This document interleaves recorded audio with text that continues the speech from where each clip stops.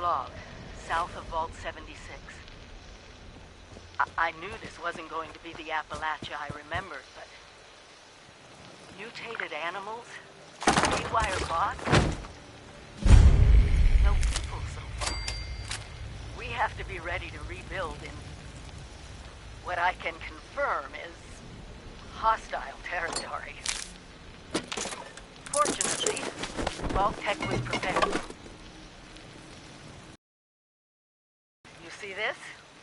The cooking station, the stash box, the workbenches, all built with the camp. You need a home base out there. The construction and assembly mobile platform is designed to give you one. Just add resources, planning, and a little elbow grease. When you move your camp, everything you've built is stored, ready to be placed back down in the new area. Use this to establish a foothold whenever you're in unfamiliar territory. I've left my camp behind so you can use it. I know I'm breaking my own advice by not taking it. But after seeing Appalachia for myself, I need to make sure every resident of 76 has a safe haven they can start from. I'll make do without it. If it's still standing, the town of Flatwoods is further down this road. Find me there. This is the Overseer, signing off.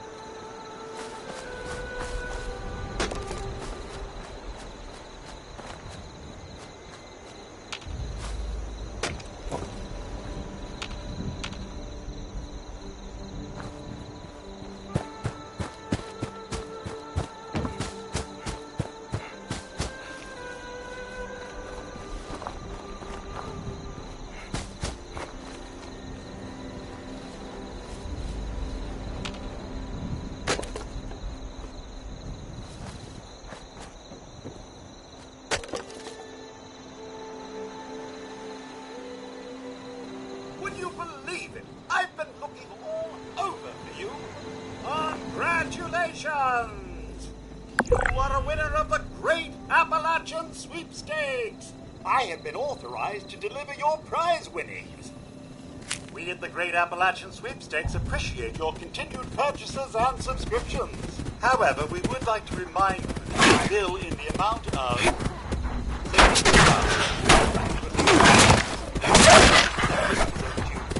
prompt payment associated.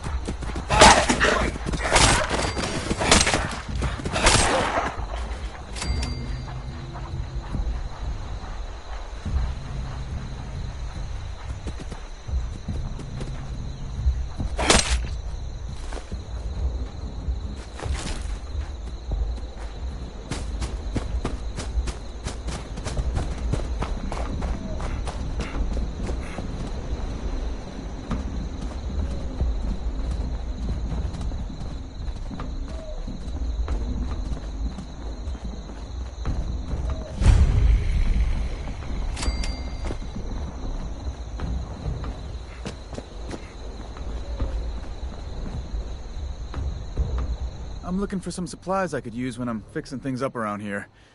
Think you got something I could use?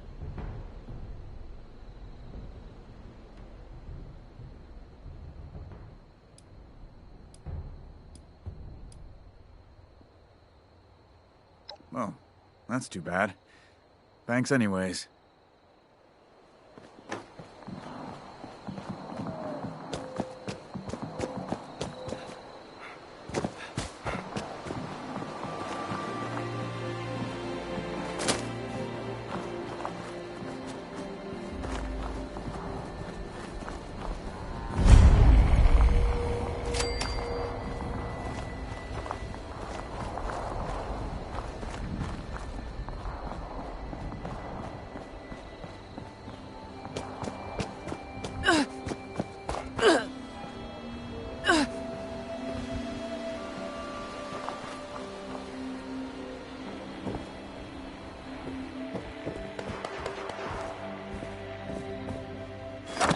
Overseer's Lodge, town of Flatwoods.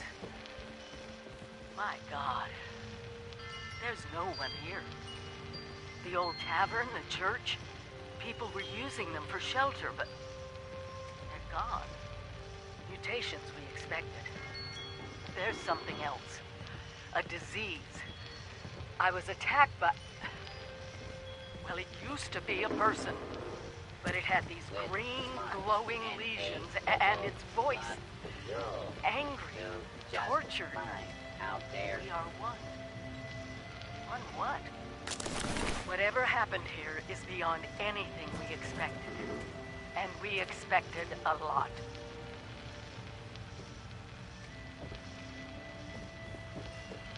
Before they were wiped out, the survivors called themselves the Responders. Looks like they were made of firefighters, police, Or emergency medical staff. They even have an automated system to teach people about treating water, food, survival.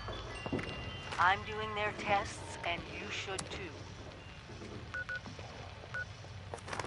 I know it's even worse than we imagined, but someone's got to know where the missile silos are, and how to secure them.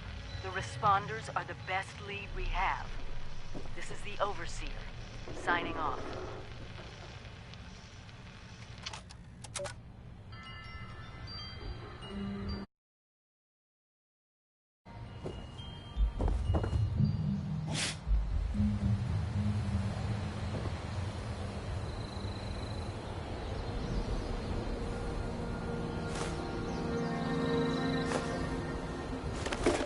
Hi.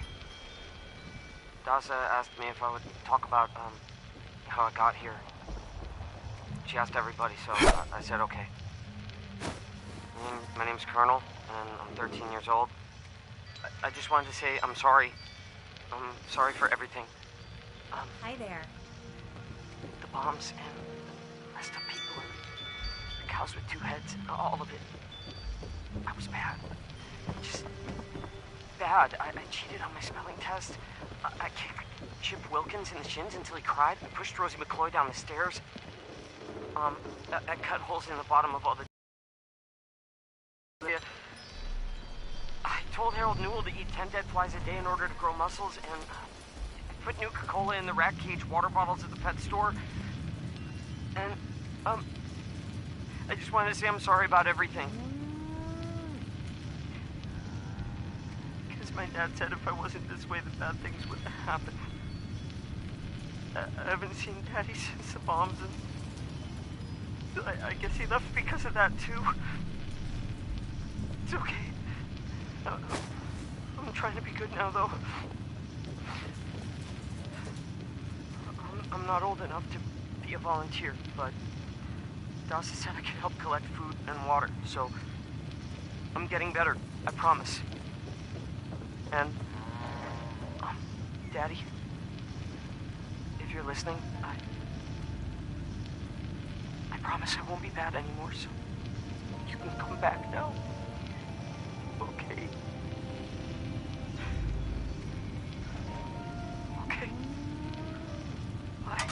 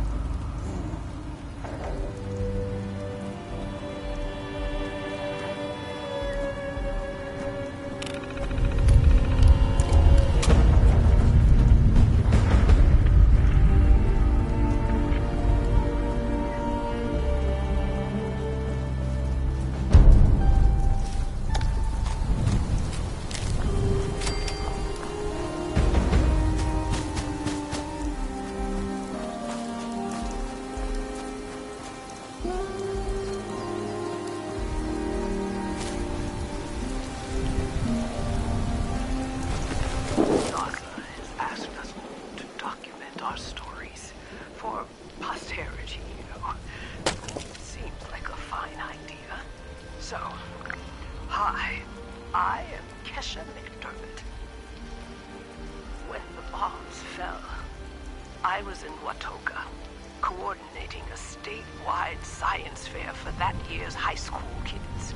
And the theme was the future of energy.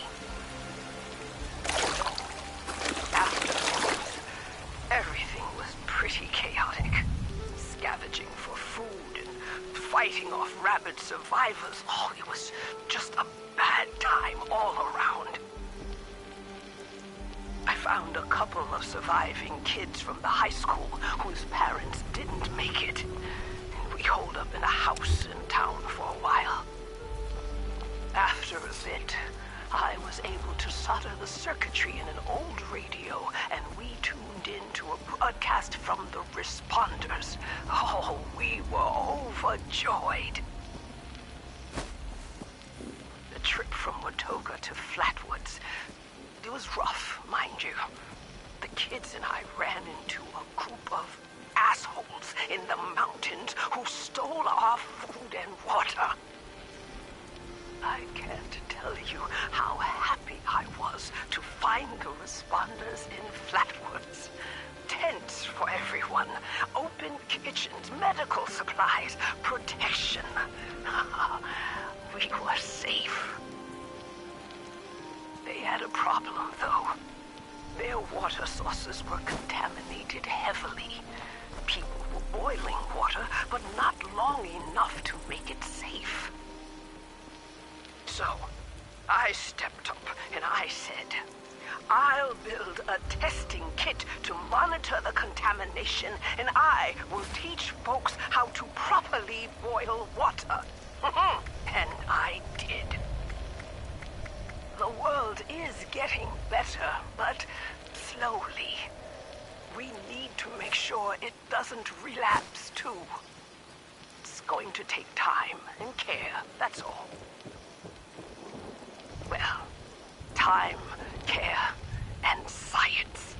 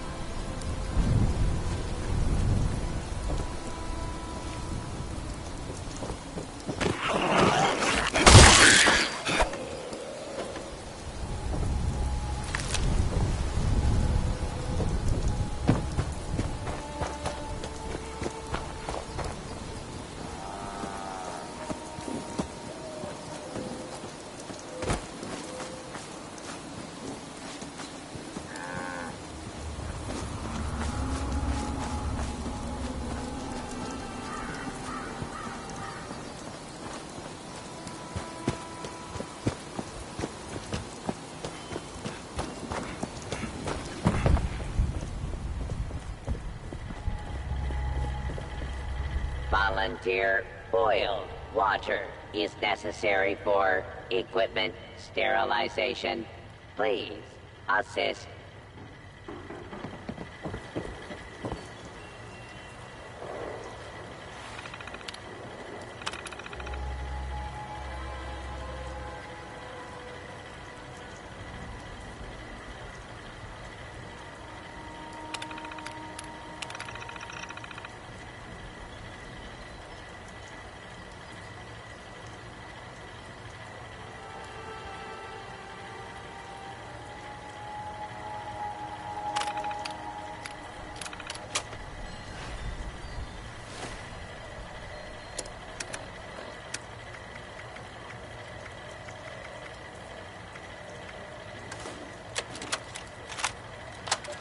My first interview with another survivor, Kesha McDermott. She found me trying to break into a Nuka-Cola machine and showed me a different way. So, Kesha, can you tell us a bit about how we can make sure our water is safe for drinking? Try to keep it to the basics for training purposes. Oh, it's not complicated, really. Find water and strain out any big particles and chunks. Then boil it in a pot over an open fire for a minute or two, then let it cool. Should be fine. Like making tea, right? Uh-huh.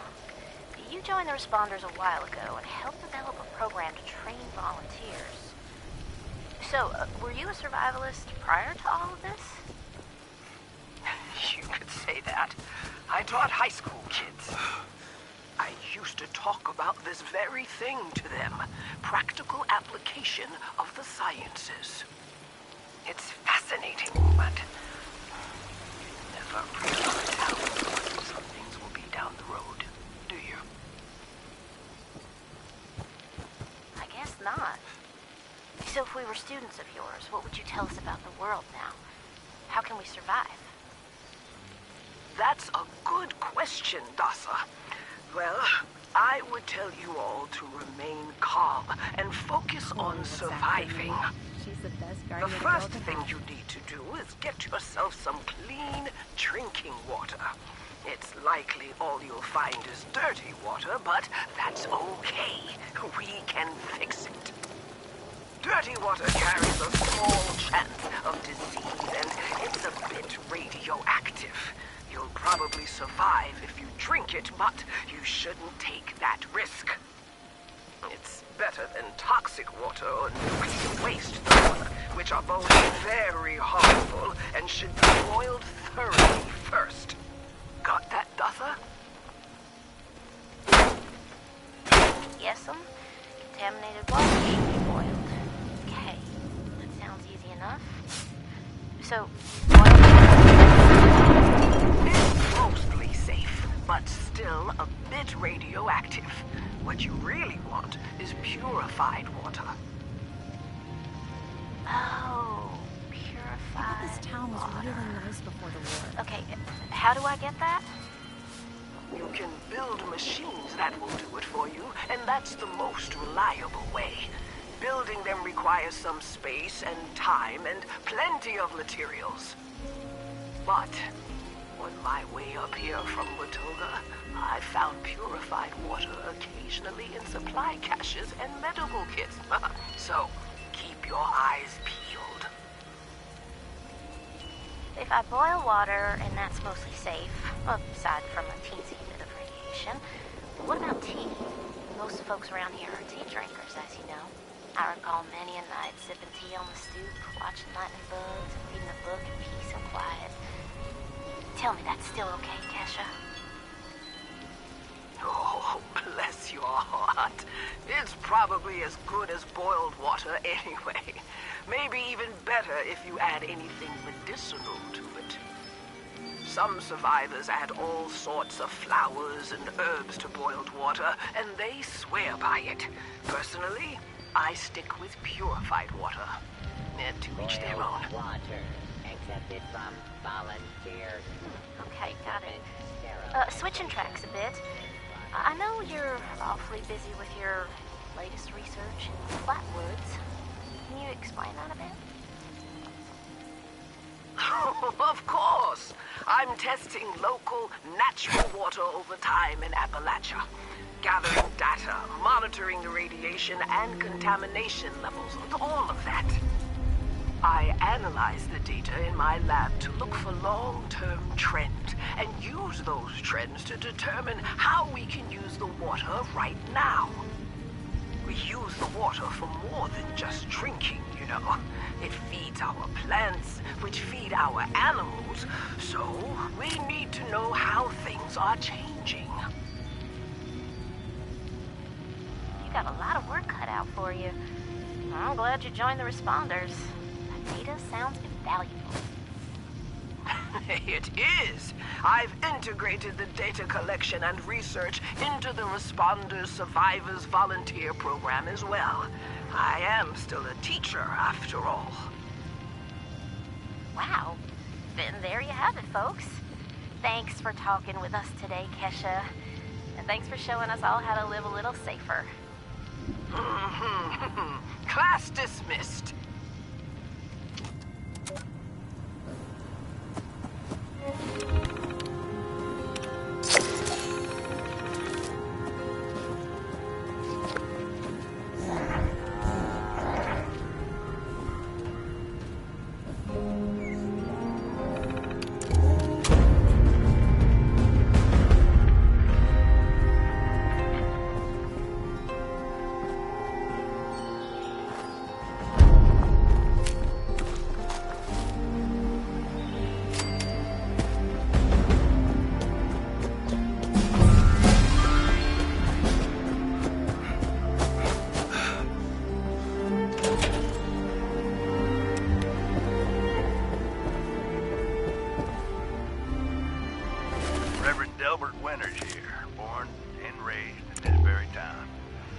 my own church to the responders for their outpost here, and you're welcome. The responders are on a true mission, you see, helping folks through thick and thin, till the heavens open up again and take us all up anyways. When this all happened, I figured like most it was time. This was the end, but it wasn't, was it? We're still here. At first, I thought it was a mistake, that we was missed, forgotten. Maybe we did some wrong. Didn't give enough to charity, maybe. Didn't praise his name, even in the worst of times. Maybe thought some things that ought not to have been thought. So I asked how? Why? I fought your wars on Earth. I'm ready to fight them up there by your side. Then, in my despair, I saw some survivors eating raw rat carcass behind a dumpster. You ought to cook that first, I warned them. Seemed obvious. We tried but got sick, they said, covered in their own filth. I realized right then and there that I was being tasked. From then on, I built kitchens, cooked good food, fed anyone who walked up with an empty belly. And I was thankful for my task in life. Thankful. Next time hell or high water land at my stoop, I'll be swept clear away with it. But until then, let's share a home-cooked meal together, all right?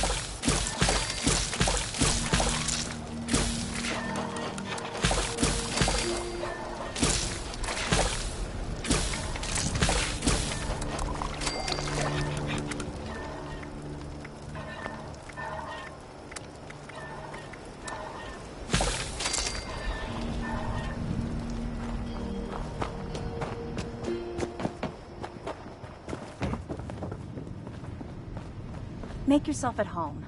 I did.